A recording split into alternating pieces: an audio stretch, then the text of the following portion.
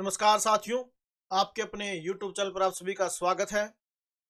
जो भी साथी सीटेट 2024 के लिए तैयारी कर रहे हैं तो उनके लिए आज एसएस में जो पॉलिटिकल का 6th क्लास की जो पॉलिटिकल है उसका अध्याय 1 विविधता की समझ हम विस्तृत जानकारी के साथ पढ़ेंगे। क्योंकि आपको पता है कि जिनके पास हिस्ट्री यानी कि एसएस सब्जेक्ट है उनको जो एग्जाम के अंदर 60 नंबर का पोर्शन आएगा, तो उसमें ज़्यादा नंबर लेने के लिए आपको 6ठी से लेकर 8वीं क्लास तक की आपको जो एसएस है वो पढ़नी पड़ेगी। और जो एनसीईआरटी की बुक है उसको आप अच्छी प्रकार से पढ़ लेते हैं तो आपके अच्छे नंबर आएंगे। तो उसी सीरीज को आगे बढ़ाते हुए आज 6th क्लास की अध्याय 1 जो पॉलिटिकल की विविधता की समझ, इस लेसन को विस्तृत जानकारी के साथ पढ़ेंगे। तो वीडियो शुरू करते हैं। अपनी कक्षा में चारों तरफ नजर दौड़ाइए, क्या कोई ऐसी साथी है जो बिल्कुल आपकी तरह दिखती हो। इस पाठ में हम पढ़ेंगे कि लोग एक दूसरे से कई मामलों में भिन्न होते हैं। वे न केवल अलग दिखते हैं बल्कि वे अलग अलग क्षेत्रों से भी आते हैं। उनके धर्म, रहन सहन, खान पान, भाषा, त्योहार आदि भी भिन्न होती हैं। ये भिन्नताएं हमारे जीवन को कई तरह से रोचक और समृद्ध बनाती है। इन भिन्नताओं के कारण ही भारत में विविधता है। विविधता या अनेकता हमारे जीवन को किस तरह बेहतर बनाती है। भारत इतनी विविधताओं वाला देश कैसे बना, क्या सभी तरह की भिन्नताएं विविधता का ही भाग होती है। चलिए कुछ उत्तर पाने के लिए हम इस पाठ को पढ़ते हैं। तो इस पाठ के बारे में बताया गया जो विविधता है किस प्रकार से है, उसकी विस्तृत जानकारी के लिए हम इस पाठ को पढ़ेंगे।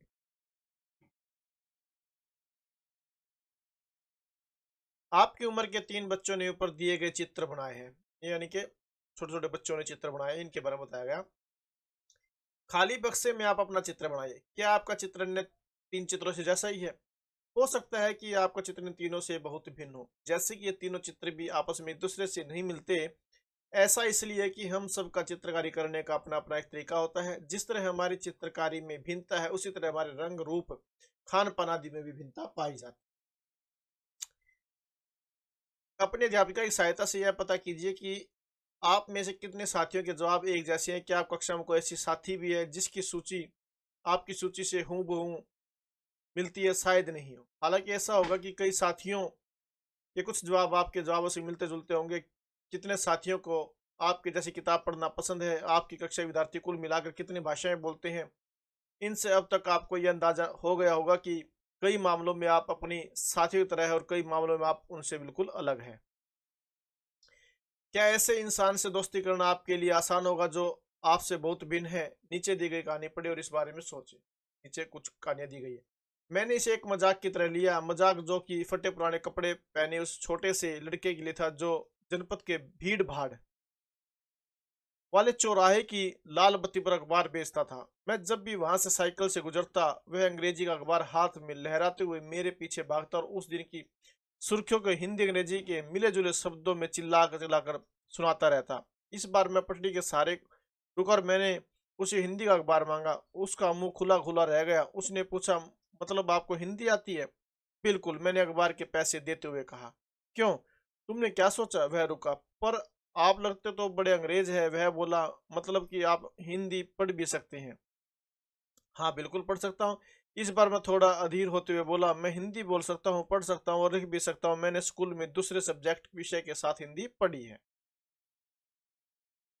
सब्जेक्ट उसने पूछा। अब जो कभी स्कूल नहीं गया उसको मैं क्या समझाता कि सब्जेक्ट क्या होता है। वह कुछ होता मैंने शुरू किया ही था कि बत्ती हरी हो गई और मेरे पीछे गाड़ियों के हॉर्न का शोर 100 गुना बढ़ गया। मैंने भी अपने आप को ट्रैफिक के साथ आगे बढ़ने दिया। अगले दिन वह फिर से वहां पर था। वह मुस्कुरा रहा था और मेरी तरफ हिंदी का अखबार बढ़ाते हुए उसने कहा, भैया आपका अखबार। अब बताइए सब्जेक्ट क्या चीज है? अंग्रेजी का यह शब्द उसकी जुबान पर अजीब लग रहा था। ऐसा लगा मानो अंग्रेजी में सब्जेक्ट शब्द का जो दूसरा अर्थ है प्रजा, उस अर्थ में वह उसका प्रयोग कर रहा है। ओह, ये कुछ पढ़ाई लिखाई से संबंधित है, मैंने कहा। उसके बाद चूंकि बत्ती लाल हो गई थी सो मैंने पूछा, तुम कभी स्कूल गए हो?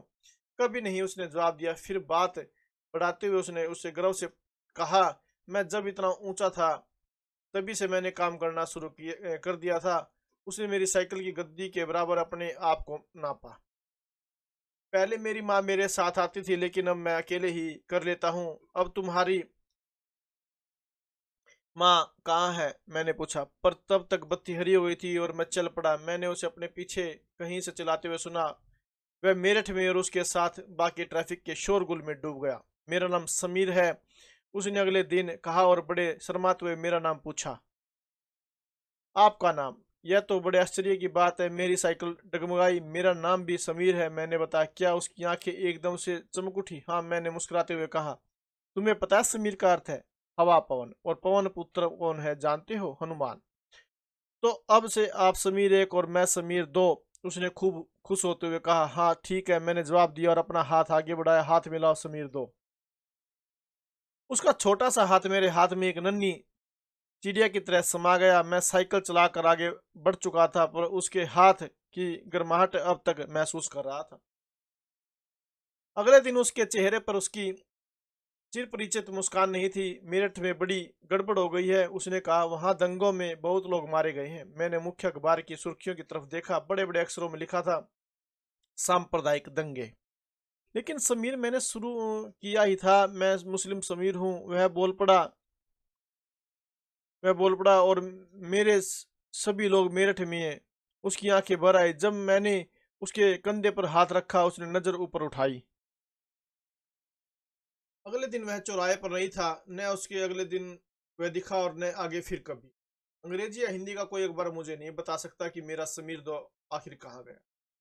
जहाँ समीर एक को अंग्रेजी ज्यादा अच्छी आती है, वहीं समीर दो हिंदी बोलता है। हालांकि दोनों की भाषाएं अलग है, फिर भी दोनों एक दूसरे से बात कर पाए। उन्होंने इसके लिए प्रयास किया, हालांकि उनके लिए बात करना महत्वपूर्ण था। समीर एक और समीर दो की धार्मिक व सांस्कृतिक पृष्ठभूमियां भी अलग है। जहाँ समीर एक हिंदू है, वहीं समीर दो मुसलमान है। दोनों में दोस्ती हुई क्योंकि दोनों दोस्ती करना चाहते थे। खान पान, पहनावा, धर्म, भाषा आदि की ये भिन्नताएं विविधता के पहलू है। अपनी विविध धार्मिक और सांस्कृतिक पृष्ठभूमियों के अलावा समीर एक और समीर दो कई अन्य मामलों में भी एक दूसरे से अलग थे। उदाहरण के लिए समीर एक ने स्कूल में पढ़ाई की, जबकि समीर दो अखबार बेचता था। समीर दो को स्कूल जाने का मौका मिला ही था नहीं। आपने संभवतः अपने इलाके में ऐसे कई लोगों को देखा हो जो गरीब है और जिनकी भोजन, घर और कपड़े की जरूरतें भी पूरी नहीं हो पाती। यह फर्क उस फर्क से अलग है जिसके बारे में हमने पहले पढ़ा। यह विविधता का रूप नहीं है, बल्कि गैर बराबरी का रूप है। गैर बराबरी का मतलब है कि कुछ लोगों के पास न अवसर है और न ही जमीन या पैसे जैसे संसाधन जो दूसरों के पास है। इसलिए गरीबी और अमीरी विविधता का रूप नहीं है, यह लोगों के बीच मौजूद असमानता यानी गैर बराबरी है। जाति व्यवस्था असमानता का एक और उदाहरण है। इस व्यवस्था में समाज को अलग अलग समूहों में बांटा गया। इस बंटवारे का आधार था कि लोग किस किस तरह का काम करते हैं। लोग जिस जाति में पैदा होते हैं उसे बदल नहीं सकते। उदाहरण के लिए, समीर दो स्कूल क्यों नहीं जाता था? आपकी राय में अगर है तो ये उन त्योहारों की सूची बनाइए जो हो सकता है कि समीर एक और समीर दो मानती हो। समीर, क्या आप ऐसी किसी परिस्थिति के बारे में भी सोच सकती हैं? इनकी खास बात नहीं। आगे देख। अगर आप कुम्हार के घर में पैदा हो गई हो तो आपकी जाति कुम्हार ही होती और आप बस वही बन सकती थी। कोई व्यक्ति जाति से जुड़ा अपना पेशा भी नहीं बदल सकता था, इसलिए उस ज्ञान के अलावा किसी अन्य ज्ञान को हासिल करना जरूरी नहीं समझा जाता था। इससे गैर बराबरी पैदा हुई और आप इस बारे में अगले पाठों में पढ़ेंगे। विविधता हमारे जीवन को कैसे समृद्ध करती है। जैसे समीर एक और समीर दो दोस्त बने, ठीक वैसे ही आपकी भी सहेलियां होंगी जो आपसे बहुत अलग होंगी। आपने शायद उनके घर में अलग तरह का खाना खाया होगा, उनके साथ अलग त्योहार मनाए होंगे, उनके कपड़े पहनकर देखे होंगे और थोड़ी बहुत उनकी भाषा भी सीखी होगी। आपको शायद तरह तरह के जानवरों, रानियों, साहसिक घटनाओं या भूतों की कहानियां पसंद होगी। संभव है कि आपको खुद कहानी बनाना भी पसंद होगा। एक अच्छी कहानी पढ़ने से हमेशा खुशी मिलती है। उसको पढ़कर और ज्यादा कहानियां बनाने के लिए नए नए विचार मिलते हैं। जो लोग कहानियां लिखते हैं वे विभिन्न स्रोतों, किताबों, वास्तविक जीवन और कल्पना से प्रेरणा लेते हैं। कुछ लोग जंगल में जानवरों के नजदीक रहे और उन्होंने जानवरों की दोस्ती व लड़ाइयों के बारे में कहानियां लिखी। कुछ अन्य लोगों ने राजा रानियों के वृत्तांत पढ़कर प्यार और सम्मान के किस्से लिखे। कुछ ने अपने बचपन की यादों में गोते लगाए। स्कूल और दोस्तों की मधुर यादों से निकाल कर कुछ साहस की कहानियां लिखी। कल्पना कीजिए कि जिनकी कहानियां आपने सुनी या पढ़ी है, उन सभी कहानीकारों या कहानी सुनने वालों को ऐसी जगह पर रहना पड़े जहां लोग केवल दो ही रंग के कपड़े पहनते हो, लाल एवं सफेद। एक तरह का खाना खाते हो, शायद आलू। समान रूप से केवल दो पशु पक्षी को पालते हो, उदाहरण के लिए हिरन और कौवा। और केवल सांप सीढ़ी खेल से अपना मनोरंजन करते हो। ऐसी जगह रहकर वे कैसी कहानियां लिख पाएंगे? भारत में विविधता। भारत विविधताओं का देश है। हम विभिन्न भाषाएं बोलते हैं, विभिन्न प्रकार का खाना खाते हैं, अलग अलग त्योहार मनाते हैं और भिन्न भिन्न धर्मों का पालन करते हैं। लेकिन गहराई से सोचे तो वास्तव में हम एक ही तरह की चीजें करते हैं, केवल हमारे करने के तरीके अलग अलग है। हम विविधता को कैसे समझें? करीब 200 वर्ष पहले जब रेल, हवाई जहाज, बस और कार हमारे जीवन का हिस्सा नहीं थे, तब भी लोग संसार के एक भाग से दूसरे भाग की यात्रा करते थे। वे पानी के जहाज में घोड़ों या ऊंट पर बैठकर जाते या फिर पैदल चलकर। यानी कि पहले कहने का मतलब ये संसाधन नहीं थे जैसे आज है। पहले क्या था, जो पानी के जहाज थे, घोड़े थे, ऊंट थे, उनके ऊपर बैठकर या पैदल चलकर एक स्थान से दूसरे स्थान पर जाते थे। लेकिन आज जो संसाधन है बहुत ज्यादा हो गए हैं। अक्सर ये यात्राएं खेती और बसने के लिए नहीं, जमीन की तलाश में या फिर व्यापार के लिए की जाती थी। चूंकि यात्रा में बहुत समय लगता था, इसलिए लोग नई जगह पर अक्सर काफी लंबे समय तक ठहर जाते। इसके अलावा सूखे और अकाल के कारण भी कई बार लोग अपना घर बार छोड़ देते थे। उन्हें जब पेट भर खाना तक नहीं मिलता था तो वे नई जगह जाकर बस जाते थे। कुछ लोग काम की तलाश में और कुछ युद्ध के कारण घर छोड़ देते थे। लोग जब नई जगह में बसना शुरू करते थे तो उनके रहन सहन में थोड़ा बदलाव आ जाता था। कुछ चीजें वे नई जगह की अपना लेते थे और कुछ चीजों में वे पुराने डर्रे पर ही चलते फिरते, यानी नए स्थान बताते थे तो वहां की कुछ नई चीज सीख जाते थे। कुछ अपनी जो उनकी पुरानी चीजें थी उनको वो अपने जीवन में अपनाते थे। इस तरह उनकी भाषा, भोजन, संगीत, धर्म और आदि में नए और पुराने का मिश्रण होता रहता था। उनकी संस्कृति और नई जगह की संस्कृति में आदान प्रदान होता और धीरे धीरे एक मिश्रित यानी मिली जुली संस्कृति उभरती। अलग अलग क्षेत्रों का इतिहास देखें तो हमें पता चलेगा कि किस तरह विभिन्न सांस्कृतिक प्रभावों ने वहां के जीवन और संस्कृति को आकार देने में योगदान किया। इस तरह से कई क्षेत्र अपने विशिष्ट इतिहास के कारण विविधता संपन्न हो जाते थे। ठीक इसी प्रकार लोग अलग अलग तरह की भौगोलिक स्थितियों से किस प्रकार सामंजस्य बैठाते हैं, उससे विविधता उत्पन्न होती है। उदाहरण के लिए समुद्र के पास रहने में और पहाड़ी इलाकों में रहने में बड़ा फर्क होता है। न केवल वहां के लोगों के कपड़े और खान पान की आदतों में फर्क होगा, बल्कि जिस तरह का काम वे करेंगे वे भी अलग अलग होंगे। शहरों में अक्सर लोग यह भूल जाते हैं कि उनका जीवन उनके भौतिक वातावरण से किस तरह गहराई से जुड़ा हुआ है। ऐसा इसलिए कि शहरों में लोग विरले ही अपनी सब्जी या अनाज उगाते हैं, वे इन चीजों के लिए बाजार पर ही निर्भर रहते हैं। आइए भारत के दो भागों लद्दाख और केरल के उदाहरण देखते हैं। ये भी एक लद्दाख का उदाहरण देखेंगे और केरल का। दोनों अलग अलग है कि विविधता पर उनके ऐतिहासिक और भौगोलिक कारकों का क्या असर पड़ता है। एटलस में भारत का नक्शा देखिए और उनमें ढूंढिए कि ये दोनों क्षेत्र लद्दाख और केरल कहाँ पर है। इन क्षेत्रों की भौगोलिक स्थितियां वहां के भोजन, कपड़े और व्यवसाय पेशे को कैसे प्रभावित करते हैं, उनकी सूची बनानी। अब ये दिखाया गया लद्दाख और ऊंचे पहाड़ों वाला रेगिस्तानी इलाका, ये दिखाया गया। लद्दाख जम्मू कश्मीर के पूर्व में पहाड़ियों में बसा एक रेगिस्तानी इलाका है। लद्दाख कहाँ पर है? जम्मू कश्मीर के पूर्व में पहाड़ियों में बसा एक रेगिस्तानी इलाका। यहाँ पर बहुत ही कम खेती संभव है क्योंकि इस क्षेत्र में बारिश बिल्कुल नहीं होती और यह इलाका हर वर्ष काफी लंबे समय तक बर्फ से ढका रहता है। इस क्षेत्र में बहुत ही कम पेड़ उग पाते हैं। पीने के पानी के लोग गर्मी के महीनों में पिघलने वाली बर्फ पर निर्भर रहते हैं। यहाँ के लोग एक खास किस्म की बकरी पालते हैं जिससे पश्मीना ऊन मिलता है। तो जो ये लद्दाख में जो भेड़ पालते हैं, बकरी पालते हैं, उससे किस प्रकार की ऊन मिलती है? पश्मीना। यह ऊन कीमती है, इसलिए पश्मीना साल बड़ी महंगी होती है। लद्दाख के लोग बड़ी सावधानी से इस ऊन को इकट्ठा कर कश्मीर के व्यापारियों को बेच देते हैं। मुख्यतः कश्मीर में ही पश्मीना सालें बुनी जाती है। यहाँ के लोग दूध से बने पदार्थ जैसे मक्खन, चीज एवं मांस खाते हैं।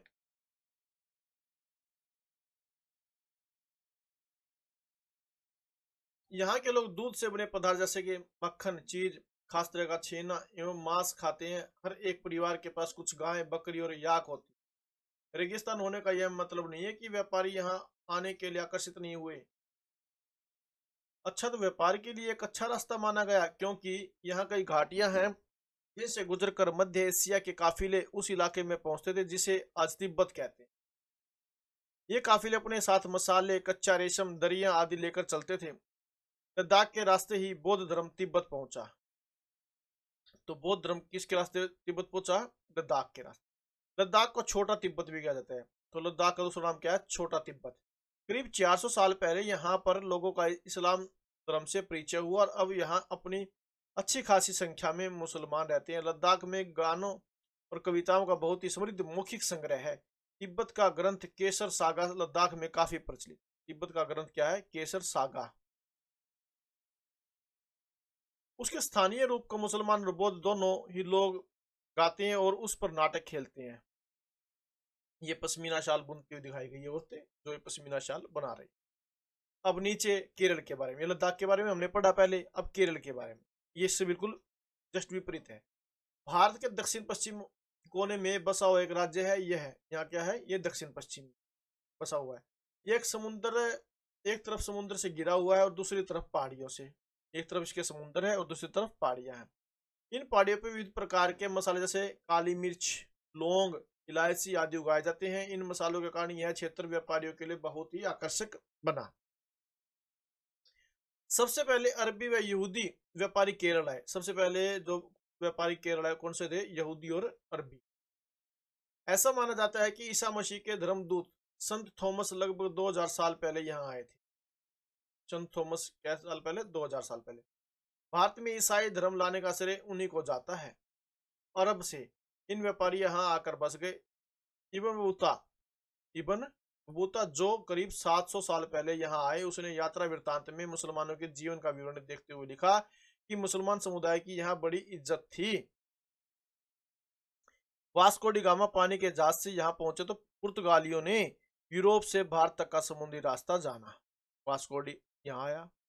इन सभी ऐतिहासिक प्रभाव के कारण केरल के लोग विभिन्न धर्मों का पालन करते हैं, जिनमें यहूदी, इस्लाम, ईसाई, हिंदू व बौद्ध धर्म शामिल है। चीन के व्यापारी भी केरल आए। यहाँ पर मछली पकड़ने के लिए जो जाल इस्तेमाल किए जाते हैं वे चीनी जालों से हूबहू मिलते हैं और उन्हें चीनावला कहते हैं। जो चीनी जाल है उन्हें क्या कहते हैं? चीनावला। तलने के लिए कई लोग जो बर्तन इस्तेमाल करते हैं उसे चीना चट्टी कहते हैं। क्या कहते हैं? चीना चट्टी। इसमें चीन शब्द इस बात की ओर इशारा करता है कि उसकी उत्पत्ति कहाँ हुई होगी। केरल की उपजाऊ जमीन और जलवायु चावल की खेती के लिए बहुत उपयुक्त है और वहां के अधिकतर लोग मछली, सब्जी और चावल खाते हैं। जहाँ केरल और लद्दाख की भौगोलिक स्थितियां एक दूसरे से बिल्कुल अलग है, वहीं हम यह भी देखते हैं कि दोनों क्षेत्रों के इतिहास में एक ही प्रकार के सांस्कृतिक प्रभाव है। दोनों ही क्षेत्रों को चीन और अरब से आने वाले व्यापारियों ने प्रभावित किया। जहां केरल की भौगोलिक स्थिति ने मसालों की खेती संभव बनाई, वहीं लद्दाख की विशेष भौगोलिक स्थिति और ऊन ने व्यापारियों को अपनी ओर खींचा। कहीं ऊन के लिए व्यापारी गए तो कहीं मसालों के लिए व्यापारी वहां पहुंचे। इस तरह पता चलता है कि किसी भी क्षेत्र के सांस्कृतिक जीवन का उसके इतिहास और भूगोल से प्राय गहरा रिश्ता होता है। विविध संस्कृतियों का प्रभाव केवल बीते हुए कल की बात नहीं है, हमारे वर्तमान जीवन का आधार ही काम के लिए एक जगह से दूसरी जगह जाना है। हर एक कदम के साथ हमारे सांस्कृतिक रीति रिवाज और जीने का तरीका धीरे धीरे उस नए क्षेत्र का हिस्सा बन जाते हैं जहां हम पहुंचते हैं। ठीक उसी तरह अपने पड़ोस में हम अलग अलग समुदाय के लोगों के साथ रहते हैं। अपने रोजमर्रा के जीवन में हम मिलजुल कर काम करते हैं और एक दूसरे के रीति रिवाज और परंपराओं में घुल मिल जाते हैं। विविधता में एकता। भारत की विविधता या अनेकता को उसकी ताकत का स्रोत माना गया है। जब अंग्रेजों का भारत पर राज था तो विभिन्न धर्म, भाषा और क्षेत्र की महिला और पुरुषों ने अंग्रेजों के खिलाफ मिलकर लड़ाई लड़ी थी। भारत के स्वतंत्रता संग्राम में अलग अलग परिवेशों के लोग शामिल थे। उन्होंने एकजुट होकर आंदोलन किया, इकट्ठे जेल गए और अंग्रेजों का अलग अलग तरीकों से विरोध किया। अंग्रेजों ने सोचा था कि वे भारत के लोगों में फूट डाल सकते हैं क्योंकि उनमें काफी विविधताएं हैं और इस तरह उनका राज चलता रहेगा। मगर लोगों ने दिखला दिया कि वे एक दूसरे से चाहे कितने ही भिन्न हों, अंग्रेजों के खिलाफ लड़ी जाने वाली लड़ाई में वे सब एक थे।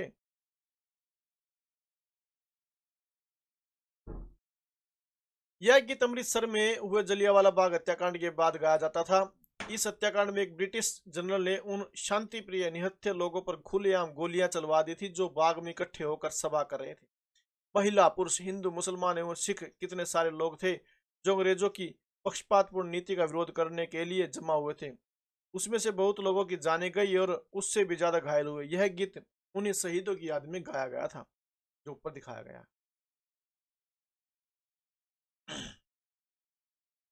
स्वतंत्रता संग्राम के दौरान उभरे गीत और चिन्ह विविधता के प्रति हमारा विश्वास बनाए रखते हैं। क्या आप भारतीय झंडे की कहानी जानती हैं? स्वतंत्रता संग्राम के दौरान ही भारत के झंडे की परिकल्पना की गई थी। इस झंडे को सारे भारत में लोगों ने अंग्रेजों के खिलाफ इस्तेमाल किया था।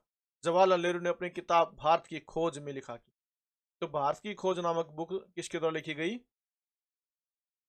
जवाहरलाल नेहरू के द्वारा। भारतीय एकता कोई बाहर से थोपी हुई चीज नहीं है, बल्कि यह बहुत ही गहरी है, जिसके अंदर अलग अलग तरह के विश्वास और प्रथाओं को स्वीकार करने की भावना है। इसमें विविधता को पहचाना और प्रोत्साहित किया जाता है। यह नेहरू जी थे जिन्होंने भारत की विविधता का वर्णन करते हुए अनेकता में एकता का विचार हमें दिया। रविंद्रनाथ टैगोर द्वारा रचित हमारा राष्ट्रगान, तो राष्ट्रगान किसके द्वारा रचित है? रविंद्रनाथ टैगोर। भारतीय एकता की अभिव्यक्ति राष्ट्रगान किस तरह से एकता का वर्णन करता है? इसमें अपने शब्दों में लिखी। तो नीचे ये क्वेश्चन दिए गए हैं। तो ये आपका लेसन था जो हमने विस्तृत रूप से पढ़ा, जो मेन मेन चीजें थी लद्दाख के बारे में और केरल के बारे में पढ़ा।